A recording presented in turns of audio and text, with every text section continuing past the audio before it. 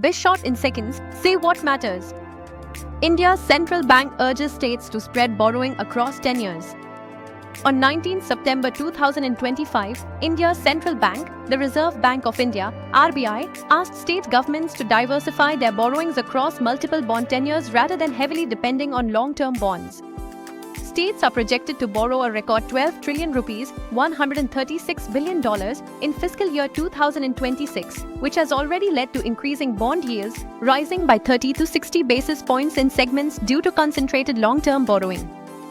RBI noted that unpredictable borrowing patterns by states could disrupt the market, causing liquidity issues and large fluctuations. State governments have been advised to follow their announced borrowing schedules, reduce dependency on issuing new bonds in every auction, and consider reissuing existing securities to improve market exits for investors. Banks have expressed concern that with high volumes of state debt, they may soon hit internal investment limits, risking exposure concentration. The move is intended to stabilize bond yields, reassure investors, and maintain market confidence.